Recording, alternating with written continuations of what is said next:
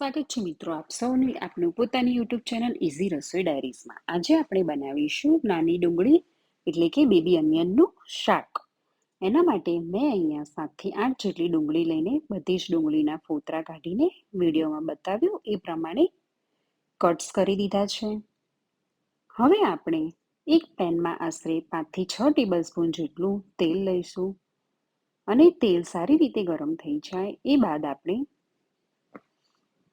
1 by 1 કરીને બધી જ ડુંગળી તેલમાં ઉમેરીશું.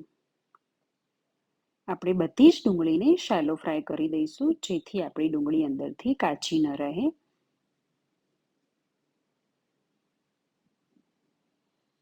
બધી જ ડુંગળીને તેલમાં ઉમેરી દીધા બાદ આપણે સારી રીતે એને ચડવા દઈશું.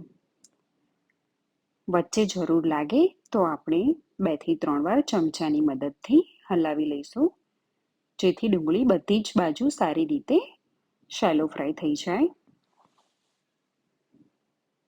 હવે આપણે જોઈ શકીએ છીએ કે આપણી ડુંગળી સારી રીતે સતળાઈ ગઈ છે.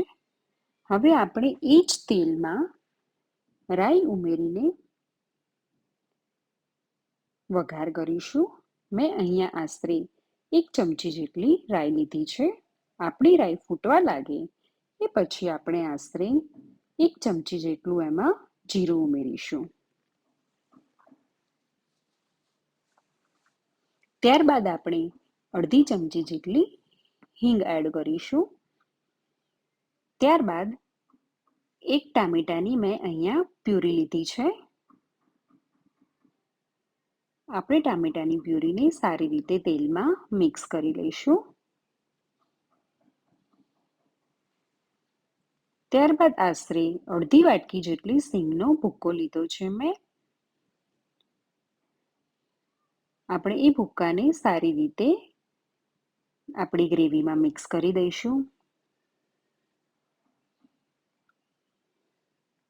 મિક્સ થઈ ગયા બાદ આપણે બધા મસાલા ઉમેરીશું. મેં અહીંયા આશરે 1 ચમચી જેટલું લાલ મરચું પાવડર લીધું છે.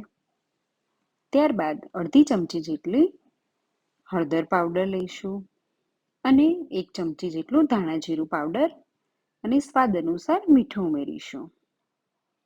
બધા જ મસાલા આપણે ગ્રેવીમાં સારી રીતે ચમચાની મદદથી મિક્સ કરી લઈશું. આપણી ગ્રેવી સારી રીતે ચડી જાય એ બાદ આપણે 1 નાના ટુકડા જેટલું આદું છીણીને આપણી ગ્રેવીમાં ઉમેરીશું. હવે આપણી ગ્રેવી સારી રીતે ચડી ગઈ છે.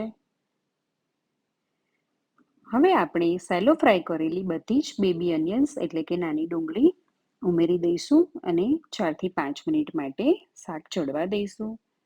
ત્યારબાદ આપણે આશરે 1 ચમચી જેટલો ગરમ મસાલો પાવડર અને અડધી ચમચી જેટલો મરીનો પાવડર ઉમેરીશું. તો આપણું શાક હવે સરસ ચડી ગયું છે.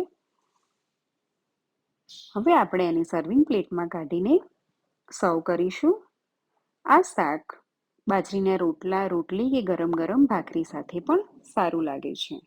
જો તમને આ રેસીપી ગમી હોય તો ઇઝી રસોઈ ડાયરીઝને લાઇક, શેર અને સબસ્ક્રાઇબ કરવાનું ન ભૂલતા. Thank you.